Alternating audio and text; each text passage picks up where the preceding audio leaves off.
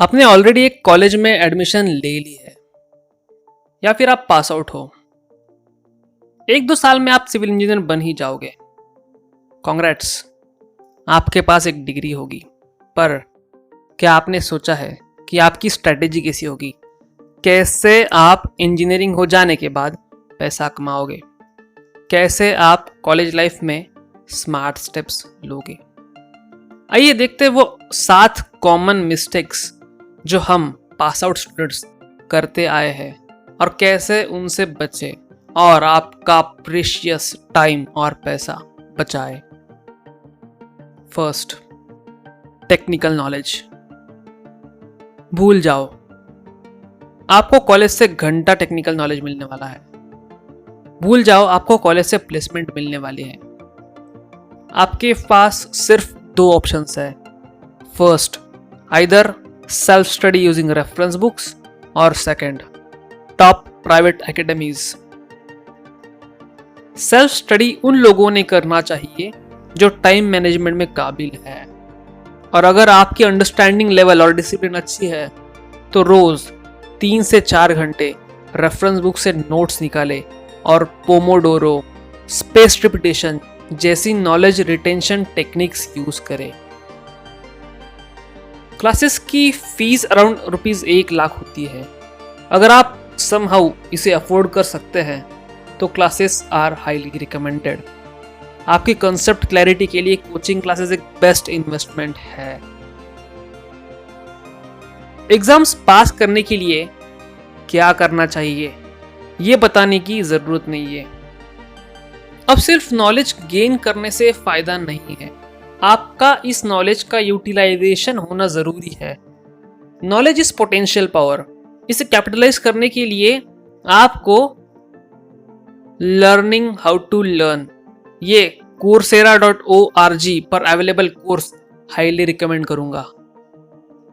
ये कोर्स आप अभी स्टार्ट कर दो। इसका बेनिफिट सिविल इंजीनियरिंग के अलावा आपको हर एस्पेक्ट में होने वाला है। Second, government jobs. Competitive exams actually difficult नहीं होती है। अगर गवर्नमेंट ऑफिस में 100 पोस्ट अवेलेबल है और 200 कैंडिडेट्स एग्जाम्स देते हैं तो हर दूसरे कैंडिडेट को गवर्नमेंट पोस्ट मिल ही जाएंगी। प्रॉब्लम है इंडिया का पॉपुलेशन बेस। यहाँ एक सीट के लिए करीब 200 कैंडिडेट्स अप्लाई कर रहे हैं। यहाँ प्रॉब्लम शुरू होती है। कुछ भी कर लो, 199 कैंडिडेट्स को वो पोजीशन नहीं मिलने वाली है। अब ये 199 कैंडिडेट्स फिर 1 साल रिपीट करेंगे और फिर 198 कैंडिडेट्स नहीं सिलेक्ट हो पाएंगे। ऐसा नहीं है कि आपका इंटेलिजेंस लेवल कम है। जनरली हर किसी डेडिकेटेड स्टूडेंट का इंटेलिजेंस लेवल इक्वल होता है। बस उस एग्जाम के समय में जो comparatively 5-10 answers right tick mark करता है वो लकी बन जाता है। गवर्नमेंट जॉब्स ये काफी अच्छा सिक्योर ऑप्शन है। आपको सिलेक्ट हो जाने पर comfortable life, beautiful partner, respect ये चल कर आएंगे, क्योंकि गवर्नमेंट जॉब्स की हाइप इंडिया में पिछले 70 सालों से है। पर अगर आपका टारगेट ये पर्क्स है तो एग्जाम्स में रिजेक्ट हो जाने पर आप फ्रस्ट्रेट हो जाओगे, और बाय चांस सिलेक्ट भी हो गए तो भी आप वो जॉब एंजॉय नहीं कर पाओगे। अगर आप दिल से चाहते हो कि आप गवर्नमेंट ऑफिसर्स बने तो ही इस रेस में उतरे। कोई और बोल रहा है, आपका फ्रेंड कर रहा है, आपकी क्रश एग्जाम दे रही है, इसलिए मत यहां कूद जाए। तीसरा, प्राइवेट सेक्टर जॉब्स। जी हाँ, सिविल इंजीनियर्स के लिए जॉब मार्केट काफी हार्श है।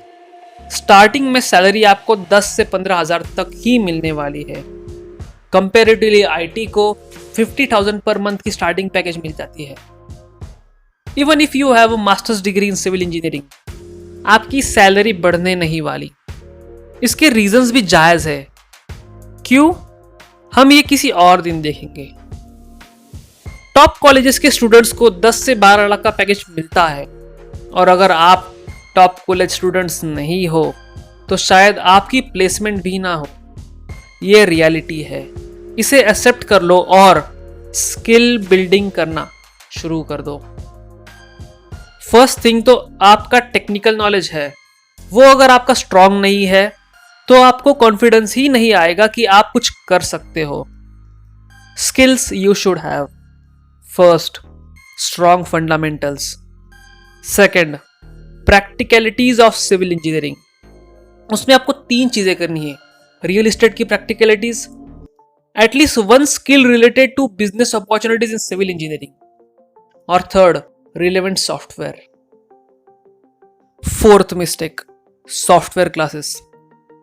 सॉफ्टवेयर ये एक मीडियम है जो आपका वर्क इजी करता है। अगर आपको कुकिंग नहीं आती तो गैस सिलेंडर का आपको कुछ यूज नहीं होगा। फिर से आपकी प्रायोरिटी टेक्निकल नॉलेज स्ट्रॉन्ग करने की ही होनी चाहिए। अब यूजुअली स्टूडेंट्स सबसे कॉस्टली गलती करते हैं कि वो फुल सॉफ्टवेयर पैकेज के लिए एनरोल कर देते हैं। अब आगे की बात ध्यान से सुने, ये 40,000 रुपए की टिप है। आप पहले डिसाइड करो कि आपको एज अ सिविल इंजीनियर बनने के बाद क्या करना है। आपके पास 5 ऑप्शंस है। आइदर आप रियल एस्टेट में जाओगे, आइदर आप इंफ्रास्ट्रक्चर सेक्टर में जाओगे, आइदर आप जॉब करोगे या फिर बिजनेस करोगे या फिर गवर्नमेंट एग्जाम्स के लिए प्रिपेयर करोगे। जितने ज्यादा ऑप्शंस उतनी ज्यादा परेशानी। सिविल इंजीनियरिंग ये वास्ट फील्ड है, कुछ भी कर लो आप एंटायर सिविल इंजीनियरिंग फील्ड को मास्टर नहीं कर सकते। इवन आपका बिजनेस भी एक लिमिटेड निश में ही होने वाला है। सो आपको जो सेक्टर डीपली सही लगता है उन्हीं ऑप्शंस पर फोकस करें। डिसाइड कर लो कि आप रियल एस्टेट में जाओगे या फिर इंफ्रास्ट्रक्चर में जाओगे। दोनों फील्ड्स की अपॉर्चुनिटी पहले स्टडी कर लो, रिलेवेंट लोगों से मिलो और आपका फील्ड अवेयरनेस बढ़ाते जाओ। Next step is to prioritise your location. आपको जो भी करना है वो कहाँ करना है, सिटी में या फिर टाउन में या मे बी आपके स्टेट में या फिर कंट्री में या फिर फॉरेन कंट्री में। इमेजिन एक महाराष्ट्र का स्टूडेंट है जिसे पुणे में ही सेटल होना है। अगर वो पब्लिक सर्विसेज एग्जाम्स क्वालिफाई भी हो जाता है तो उसे पुणे रेयरली मिलने वाला है। वो जाएगा कहीं रिमोट प्लेस में और फिर वो जो लाइफस्टाइल वो चाहता था वो चाहकर भी उसे नहीं मिल पाएगी। ये गलतियां आपके साथ नहीं होनी चाहिए। Decide whether you need to do a masters और higher education. Decide where you want to do that.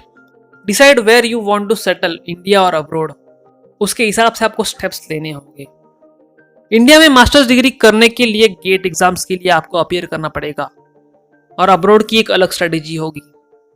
अगर आप टॉप कॉलेज से मास्टर्स नहीं करते हो तो आपके जॉब मिलने की चांसेस बैचलर्स डिग्री होल्डर से भी कम हो जाएगी। इन सब का कंप्लीट पिक्चर मिल जाने पर आपको रिलेवेंट सॉफ्टवेयर सीखने हैं। अब मार्केट में कई सॉफ्टवेयर्स है।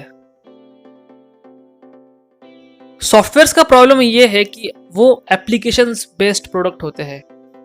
अगर आप उनकी प्रैक्टिस करना छोड़ दोगे तो आप सारे कमांड्स भूल जाओगे और आपका टाइम एंड मनी वेस्ट कर बैठोगे। 3D डिजाइन सॉफ्टवेयर जैसे 3ds Max तभी करें जब आपको 3D डिजाइन फ्रीलांसर या फिर 3D डिजाइन का बिजनेस स्टार्ट करना है, वरना आपके पैसे डूबने की गारंटी मैं देता हूं। ये वीडियो ऑलरेडी काफी बड़ा हो चुका है। उम्मीद है आपको ये 4 पॉइंट समझने के बाद सिविल इंजीनियरिंग के बारे में क्लैरिटी आई होगी। अगले 3 पॉइंट्स हम अगले वीडियो में देखेंगे। तब तक के लिए stay happy and keep learning.